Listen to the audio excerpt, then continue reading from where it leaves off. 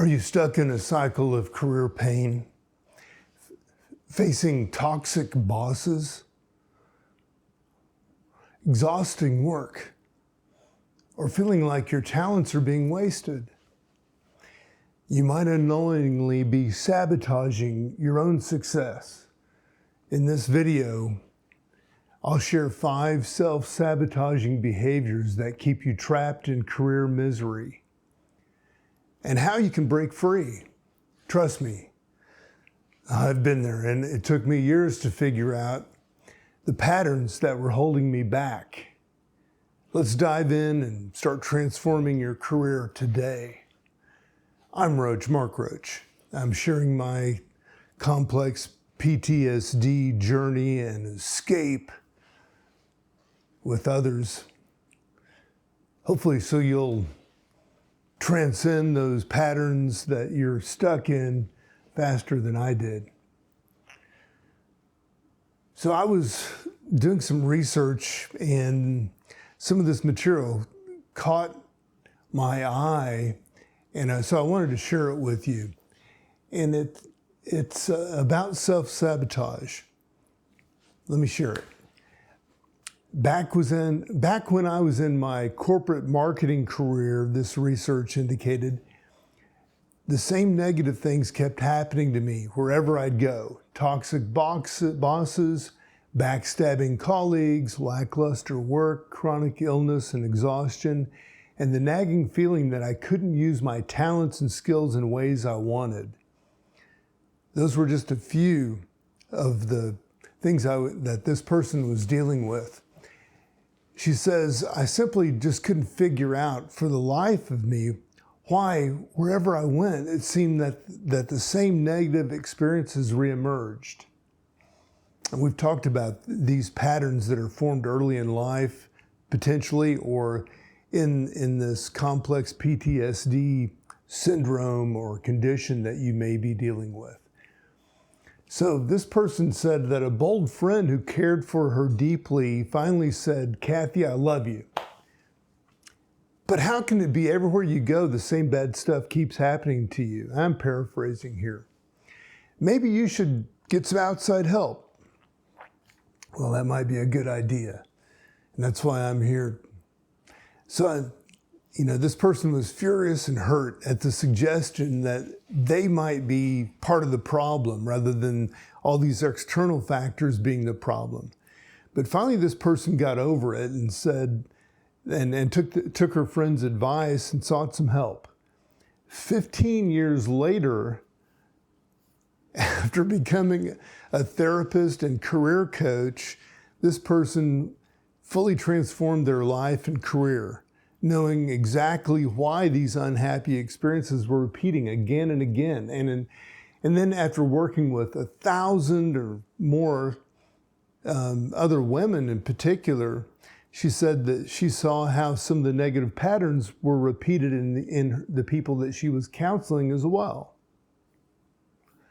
Only when you take powerful internal steps to intervene and interrupt these patterns will these mistakes and challenges stop once and for all. So these are 5 behaviors that this person notes here in this research that I've done that keep you stuck in a pattern of repeating your painful mistakes over and over and over again. Number 1, you're not seeing the real themes in your life. One powerful thing that therapy training gave this person was the ability to look inside of herself and deeply and fearlessly to identify what was moving her, what was motivating her and holding her back from more happiness and success. It was tough going, especially in the beginning, to look inside of herself, but it ended up changing her life. So when she began career coaching, she realized that it would be essential to help people understand themselves better, to help them see themselves without shame or denial or judgment, because the vast majority of individuals that she was working with didn't have a clue about what really made them tick. And I'm here to tell you, I've watched this over and over again, and people often don't. And the reality is that from childhood on, things that we care about, things that we hate, things that we're drawn to, including our passions and interests, our frailties, our talents, our skills, and perspectives that we possess that no one else does, we've experienced certain types of traumas from our childhood that shaped us. And if you can learn to embrace these themes and work with them rather than break yourself against them, you'll build a happier life, career, and have better relationships. But if you disregard these themes and refuse to connect the critical dots, you'll suffer. Number 2 of the 5 that she mentions, you run away from your pain and you never fully address it. So she says this week she was working with a professional woman who'd reached a high level of success in her role in learning development, but was suffering from feeling that she wasn't being recognized or valued for her thinking and contributions. And it hurt her deeply. She was truly ready to quit her job without another one, just to make the career pain stop and to inflict pain on her bosses.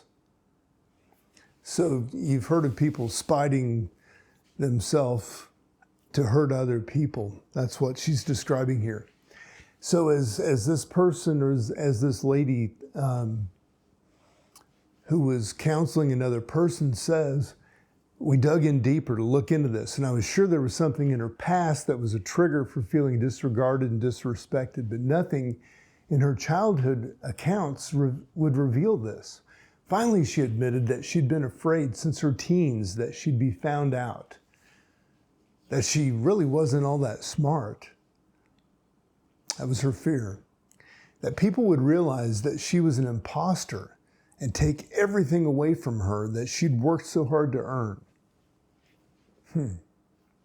She saw suddenly how this deep-seated fear was, in fact, at the heart of her unhappiness that she experienced in her current job. It wasn't these external factors, it was this thing inside of her that had been there since her teens. And this explained why she was afraid to fight for what she deserved. These patterns that we have, we stay stuck in them and we just keep doing the same things over and over and over and over again. And until you're aware of what those patterns are, you have no chance to escape, unless you happen to be struck by lightning or get lucky or drowned to death like I did. I'm only partially laughing at that. But if you have pain of any kind at work, you have to address it and you have to get to the root before you make any moves. So look inside before you start trying to make external changes. Before you quit, before you tell off your boss, before you go to HR to complain, before you interview for another job, take time to understand what's the root of the feelings you have and identify how long you've felt them. Trace them back. And then try to figure out why. And, I'm guessing that if you're really honest, it's been many years that you've been suffering with this pain. And it's time to fully address it if you want to escape it or overcome it or move beyond it or transcend it. Don't leap and make one single move before you do, because the unresolved pain will simply follow you into the next chapter. Number 3 of the 5 in this video, your communication style and approach hurts you on a daily basis.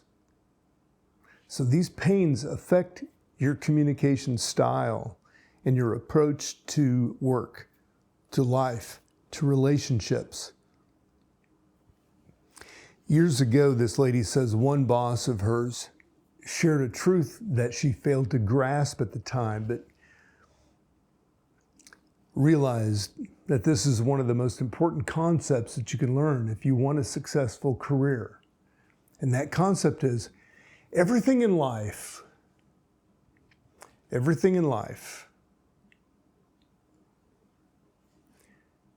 comes down to relationships. Everything in life comes down to relationships. Everything in life comes down to relationships. If you do fabulous work, yet people dislike, reject, and mistrust you, you'll never have the success that you want. You have to trust yourself before other people can trust you. And if you're confused and in pain, start working on it, because that's where trust begins, and that's where your inner peace and happiness begins. So many of this lady's clients over the years have been extremely talented and accomplished, yet their communication style repels people. Their communication style repels people. They give off vibes of their rage and anger, perhaps from those wounds and the trauma and the frustration, are reflected in your every moment of your life, and in how you communicate and reach out, and how you form your focus and your thoughts and your words. Because they're not happy in their careers and lives, they're stuck in this me vantage point that is palpable and pushes people away, pushes great opportunities away, pushes colleagues away and supporters, and it makes you feel like the world is against you when it's really not. Well, from your perspective in pain and in these wounds, it does legitimately appear that way. And I'm here to help you try to transcend that. And that's the purpose of this video. Learning to communicate effectively and engage openly and supportively with others and help them thrive is one of the most important things you can do to build a happy career. But how can you help others until you've helped yourself and you're working from a place of wholeness where you feel content, happy, strong, confident, and clear? The fourth item of the 5 mentioned in this research that I found, your anger and resentment and unhappiness repel good outcomes. When you're unhappy where you are, this unhappiness can color everything you see and thwart your success. If you're resentful too, that you haven't been given and awarded what you think you deserve, your radar will be focused on what isn't working on for you and what you aren't getting, rather than on expanding and enlarging what is working. Let me repeat that. If you're resentful that you haven't been given and awarded what you think you deserve, your radar will be focused on what is not working and what you are not getting, rather than on expanding and enlarging what is working. If you feel dissatisfied with where you are in life and in your work today, it's critical that you get control of your resentment and make sure you're not projecting that on everyone and everything that you come in contact with. So this is part of blaming others for feelings that are coming from really from inside of you that you're not aware of. Shift yourself to a more positive frame of mind and start looking intensely at what you're grateful for, what's going well, what you want to expand in your life. As long as you're focused on what's wrong, you'll be stuck in recreating negative outcomes. As long as you're focused on what is wrong, you're going to be stuck in recreating these negative outcomes. 5, the last point that came up in this particular body of research, you think you're better than everyone else. Many people who comes to this lady, who I'm sharing her story and some of her research, many people who come to her for career coaching suffer from feeling inadequate or feeling like they're a failure in some way. And they've been hurt by what's happening to them at work. And they've internalized their problems. So they feel like they've let themselves and others down and they're not good enough. But there is another subset of professionals who feel the opposite. These people feel they're special, entitled, above others. And they deserve more than others. And they believe it in spite of what's really going on inside of them. They believe they've earned a higher place in the pecking order, yet they aren't getting it. And they're resentful and angry about it. For these individuals, the key learning is, yes, you are special. Everyone is. Yes, you are special. Everyone is. That's so critical. Yes, you're special. Everyone is. But you're not better than everyone else. We're all created from the same potential, from the same human mold. And we don't all have the same talents, and we don't all have the same stories and childhoods. We start from different places and around the world and in different homes with different values. But you have to remember that you and everyone else is really special, and that's where humility begins, rather than feeling that that there's not enough. So egotism and self-aggrandizement will absolutely be your downfall. Egotism will be your downfall. This lady says that she's seen that everyone is special in their own unique way, and that once you demonstrate your specialness, that you can find it will be rewarded and appreciated and recognized. But you need to be of service to others in many more ways than you may be doing if you're stuck.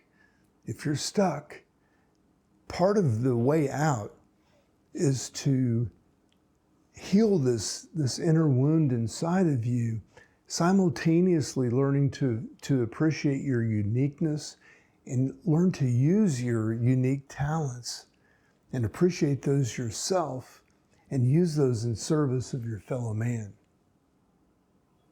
That's how you build relationships, and that's how you begin to build fundamentally sound, safe, successful relationships for the rest that will last the rest of your life potentially.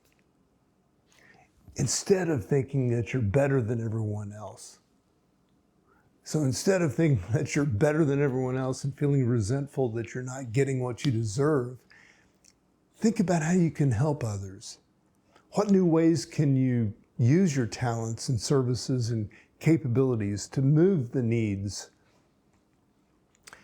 that others have toward the success for others?